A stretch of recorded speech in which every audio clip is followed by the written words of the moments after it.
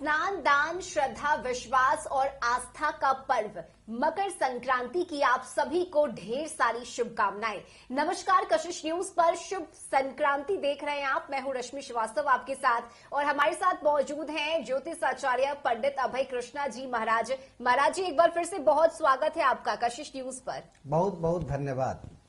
महाराज जी, चूंकि मकर संक्रांति का पर्व है और बड़े ही आस्था का ये पर्व है, लोगों का एक विश्वास जुड़ा हुआ है इस पर्व के साथ, तो पहले तो हम चाहेंगे कि इस पर्व के बारे में आप बताइए कि आखिर क्या विशेषता है मकर संक्रांति की। देखिए, मकर संक्रांति जो है आज जो मकर संक्रांति जब से शुरू होती है, सूर्य जब उत्तरायण होते हैं, ये पर्व खास करके वैज्ञानिक, आध्यात्मिक एवं कृषि संबंधित माना जाता है।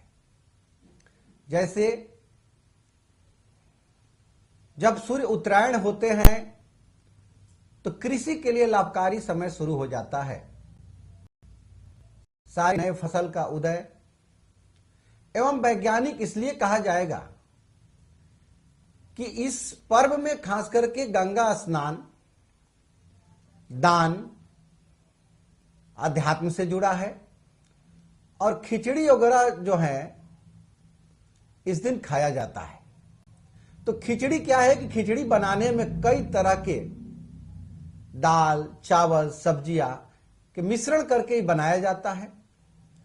तो ठंड के मौसम में वो गर्म भोजन भी होता है, तो स्वास्थ्य लाभ बहुत ज्यादा इससे मिलता है। इसलिए मकर संक्रांति का पर्व सूर्य जब उत्तरायण होते हैं तो यह पर्व उसी दिन मनाया जाता है। इसी दिन से दिन बड़ा एवं रात छोटी होने लगती है। बिल्कुल महाराज जी, इसके साथ ही अगर तिल की मैं बात करूं तो इसका विशेष महत्व है और मकर संक्रांति के दिन तिल खाना आवश्यक बताया गया है। आखिर ऐसा क्यों? मकर संक्रांति के दिन तिल, क्योंकि तिल जो है गर्म भोजन है, उसमें गुड़ का मिश्रण एवं कई तरह का उसमें और भी सौंफ है आदि वगैरह भी डाला जाता है। ये सारे पदार्थ जो होते हैं गर्म पदार्थ है। ठंड के लिए इसमें विशेष रूप से खाया जाता है कि शरीर को लाभ देगा एवं विशेष तौर पे मकर संक्रांति को कृषि से आधारित हमेशा अध्यात्म, कृषि और वैज्ञानिक, ये तीनों से इसलिए जोड़ा जाता है कि तिल का भी उत्पादन कृषि से होता है, गुड़ का भी उत्पादन कृषि से होता है। ये दोनों मिलकर जब तिलकुट का रूप लेता है तो शरीर के लिए लाभकारी बन जाता है, तो वैज्ञानिक दृष्टिकोण से वो लाभदायक बनता है। एवं आध्यात्मिक इसलिए इस पर्व में तिलकुट नहीं कि खाने का ही महत्व बताया गया है। आप सूर्योदय से पहले जगे, गंगा स्नान करें, अगर समय मिले तो प्रयागराज जाके स्नान करें और स्नान कर गंगा के तट पर अन्नदान, वस्त्रदान, तिलकुट दान एवं धन दान भी कर सकते हैं। ये दान, तप, जप एवं पूजा पाठ के लिए विशेष तौर पे यह पर्व बनाया गया है। इस पर्व को बड़ा ही धूमधाम के साथ सभी प्राणी अपने जीवन काल में मनाते हैं और ये सदियों से मनाया जा रहा है जी। इसकी बहुत सारी पौराणिक कथा भी है जो मैं आगे आपको बताऊंगा। बिल्कुल महाराज जी, और मेरा आपसे सवाल यही रहेगा कि आखिर इस दिन मकर संक्रांति के दिन दान पुण्य का इतना ज्यादा क्या महत्व है? आखिर इसकी इतनी क्यों विशेषता बताई गई है? और लोग बढ़ चढ़कर दान पुण्य करते भी हैं, गंगा स्नान भी करते हैं या कुछ लोग अपने घर में ही स्नान करते हैं, लेकिन दान हर कोई करता है। मैंने पहले भी बताया, क्योंकि बहुत ही उत्तम समय जब सूर्य उत्तरायण होते हैं तो शुभ समय माना जाता है। यह खास करके हिंदू समाज के लिए सबसे शुभ समय की शुभागमन होती है। इस समय पर काफी ज्यादा एक अच्छे माहौल, एक अच्छी सुंदर रीति रिवाज है। इस दिन हम एक सब समूह के साथ में जाकर गंगा स्नान करें, मन को अपना शांत और तृप्त करें, मां का आशीर्वाद प्राप्त करें एवं उसके बाद वहीं घाट पे कुछ गरीब को, कुछ भूखे को एवं कुछ विप्र यानी ब्राह्मण को भी दान करें। दान करने से व्यक्ति का कई तरह का जीवन में अगर कोई अपराध हो, कोई गलतियां हो, उससे मुक्ति मिलती है, मोक्ष मिलती है और आने वाला समय वो दान करने से उत्तम बन जाता है। आने वाला पाप कटता है एवं बड़ा किसी तरह का असगुन ना हो, उसके लिए व्यक्ति दान पुण्य करता है। दान पुण्य का बहुत महत्व है। बिल्कुल महाराज जी, और जैसा आपने बताया कि मकर संक्रांति में तिल खाने से ना सिर्फ धार्मिक बल्कि इसके पीछे वैज्ञानिक तौर से भी इसे सिद्ध किया गया है कि ठंड के मौसम में तिल खाने से हमारी सेहत के लिए ये सही होता है, सकारात्मक होता है और इसीलिए लोग तिल का सेवन करते हैं। इसके साथ ही महाराज जी, अगर मैं राशि की बात करूं तो सूर्य जो है वो धनु राशि से निकलकर मकर राशि में प्रवेश कर रहा है और इसीलिए मकर संक्रांति मनाई जाती है। ऐसे में अगर मैं बात करूं राशियों के हिसाब से तो इस पर क्या प्रभाव पड़ेगा, अलग अलग राशि की अगर मैं बात करूं तो? देखिए, खास करके सूर्य ग्रह से मकर संक्रांति को विशेष तौर पर लगाव है। सूर्य जो है सभी राशियों के स्वामी माने जाते हैं। तमाम राशि सूर्य से कहीं ना कहीं से संबंधित रहता है। कर्क और मकर राशि जो होते हैं दोनों एक दूसरे के संपर्क में रहते हैं। इसी दिन खास करके भगवान सूर्य, भगवान भास्कर अपने पुत्र के घर में स्वयं उपस्थित हुए और उनके पुत्र शनि जो है मकर राशि के स्वामी माने जाते हैं। उसी दिन से मकर संक्रांति ग्रह से भी जोड़कर देखा जाने लगा और मकर संक्रांति के नाम भी मकर राशि से ही संबंधित है। उसी से मकर संक्रांति पर्व भी मनाया जाने लगा। चलिए, और यही वजह है कि मकर संक्रांति पर्व मनाया जाता है। फिलहाल वक्त एक छोटे से ब्रेक का है, लेकिन ब्रेक के बाद हम आपको मकर संक्रांति पर्व के पीछे की क्या कथा है ये भी महाराज जी से सुनेंगे। महाराज जी से हम बातचीत कर रहे हैं। महाराज जी, सिर्फ दही चूड़ा नहीं बल्कि खिचड़ी का भी बहुत महत्व है आज के दिन, और लोग खाते भी हैं, एक दूसरे को खिलाते भी हैं, इसका दान भी करते हैं। तो खिचड़ी का दान आखिर क्यों किया जाता है? बहुत अच्छा प्रश्न है। खिचड़ी जो होता है सूर्य और शनि दोनों ग्रह के शुभ अन्न माना जाता है, दोनों के शुभ गुण माना जाता है। इस खिचड़ी से जुड़ा हुआ खिचड़ी खाने के लिए उस दिन खास करके खाइए, और खिचड़ी दान करना से सुख और समृद्धि की प्राप्ति होती है। क्योंकि खिचड़ी एक ऐसा उस दिन का भोज्य पदार्थ है, उस खिचड़ी में कई तरह की मिश्रण करके कई तरह के साग सब्जियां एवं घी, अन्न में भी चावल दाल वगैरह कईयों प्रकार की चीज डालकर उससे खिचड़ी का निर्माण होता है। खिचड़ी से कहा गया है कि पीला अन्न दान करने से बृहस्पति ग्रह मजबूत होते हैं, दाल दान करने से शनि और बृहस्पति दोनों मजबूत होते हैं, और सामूहिक रूप से साग सब्जी के अनुसार अगर दान किया जाए तो सूर्य ग्रह मजबूत होते हैं। तो खास करके शुभ सबसे ज्यादा ये सूर्य एवं शनि के लिए शुभ होता है, गुणकारी है, हितकारी है, लाभकारी ग्रह माना जाता है। एवं शनि जो होता है खास करके नमक संबंधित पदार्थ से काफी ज्यादा लाभप्रिय होते हैं। तो खिचड़ी अगर अन्न कभी भी दान करते हैं और अन्न को अगर पका कर दान करते हैं उसमें महत्व बढ़ जाता है।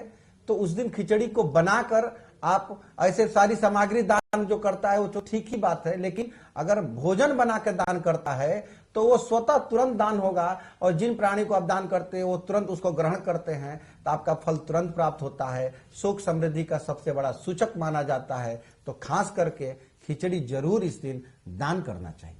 बिल्कुल, तो ये अच्छी बात है कि आज के दिन बनी हुई खिचड़ी आपको दान करनी चाहिए और उसका विशेष प्रभाव, उसका विशेष फल लोगों को मिलता है। इसके साथ ही महाराज जी, चूंकि मकर संक्रांति का पर्व है, आस्था का ये पर्व है और लोग इसे देश भर में बड़े ही हर्षोल्लास के साथ मनाते हैं, लेकिन इसके पीछे की पौराणिक कथा क्या है, अगर आज आप बताना चाहेंगे कशिश न्यूज पर। सबसे ज्यादा पौराणिक कथा इसको इसी माने जाता है कि सूर्य जो है मकर राशि में प्रवेश करते हैं, एवं मकर राशि के स्वामी ग्रह शनि को माना जाता है। ये तो सब जानते हैं, जग जाहिर चीज है कि शनि और सूर्य पिता एवं पुत्र है, लेकिन दोनों को आपस में बनता नहीं है। लेकिन यही एक ऐसा दिन है जिस दिन स्वयं भगवान भास्कर, भगवान सूर्य अपने पुत्र के घर स्वयं पधार कर अपने पुत्र से मिलने की इच्छा लेकर वहां गए। और जिस दिन गए, क्योंकि मैंने बताया कि शनि जो है मकर राशि के स्वामी हैं, तो उस दिन से ही भगवान सूर्य के कथनानुसार वो दिन को मकर राशि से संबंधित कर मकर संक्रांति का नाम दे दिया गया। खास करके एक और भी बातें आपको बताएंगे कि महाभारत का लंबी युद्ध के बाद इच्छा मृत्यु से परिपूर्ण भीष्म पितामह, जिनको उनके पिता द्वारा इच्छा मृत्यु का वरदान प्राप्त था, युद्ध खत्म हो चुका है, वो बाणों के सैया पर पड़े हुए हैं, लेकिन वो तब तक अपने इच्छा से अपने शरीर को त्याग नहीं कर रहे हैं, क्योंकि वो एक ही दिन का इंतजार कर रहे थे कि कब सूर्य उत्तरायण होंगे तो ये शरीर से हम प्राण को त्यागेंगे।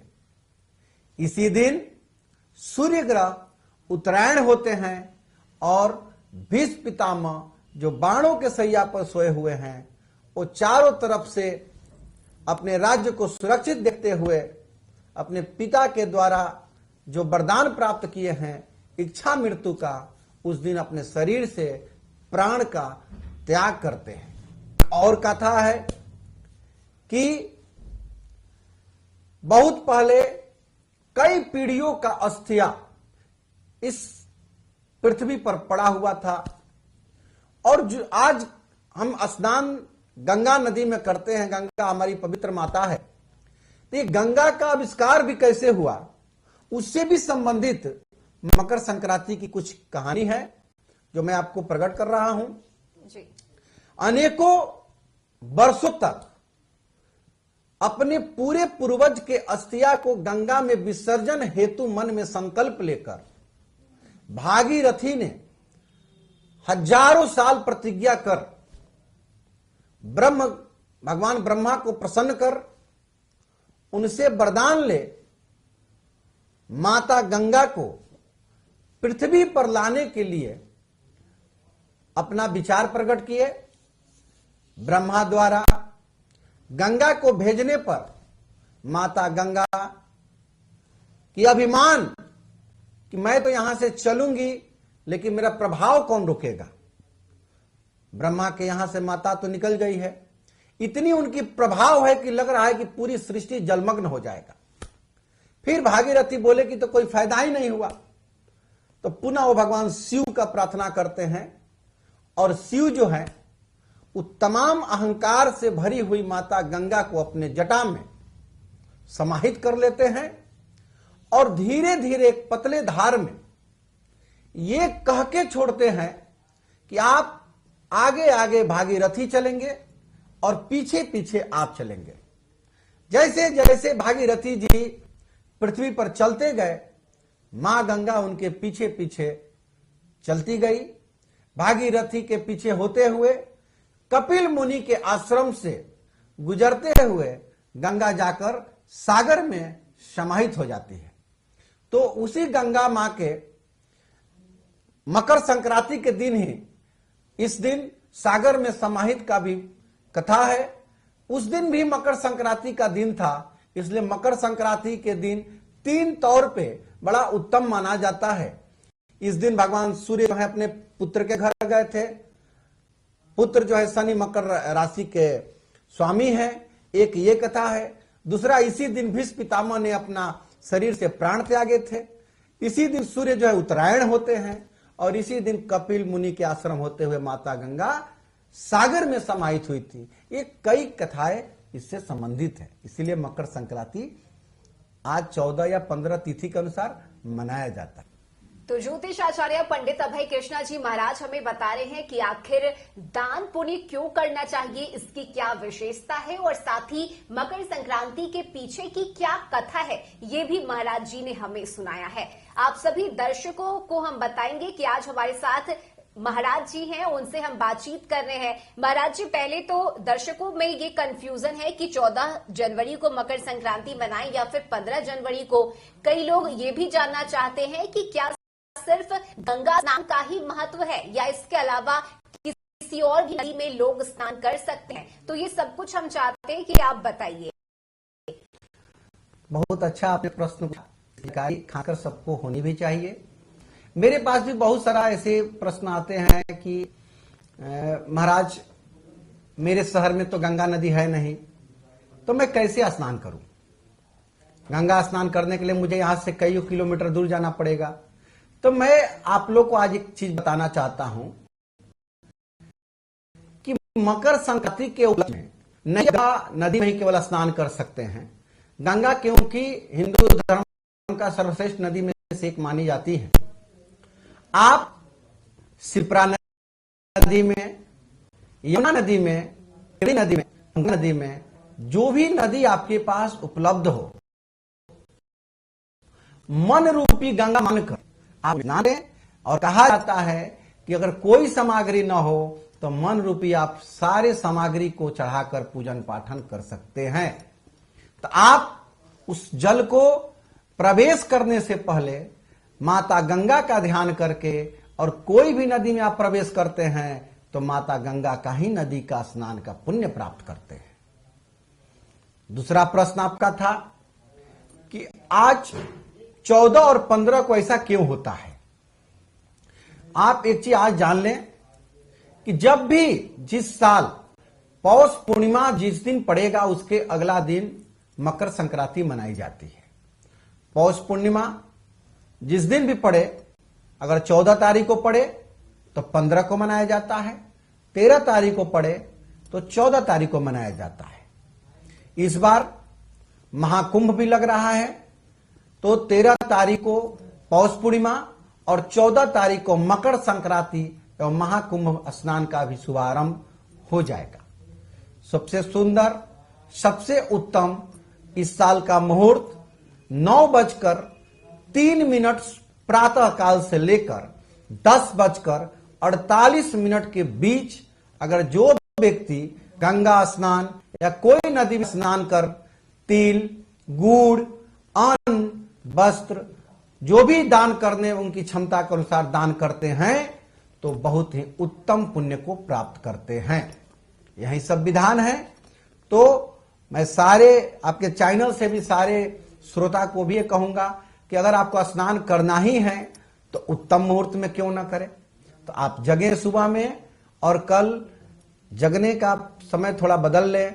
आप जो व्यक्ति कोई 11 बजे 12 बजे शहरी इलाके में सोते हैं उनको मैं कहूंगा कि आप सुबह 8 बजे तक जग जाएं, 7 बजे जग जाएं और स्नान करने अपने पूरे परिवार के साथ जाएं।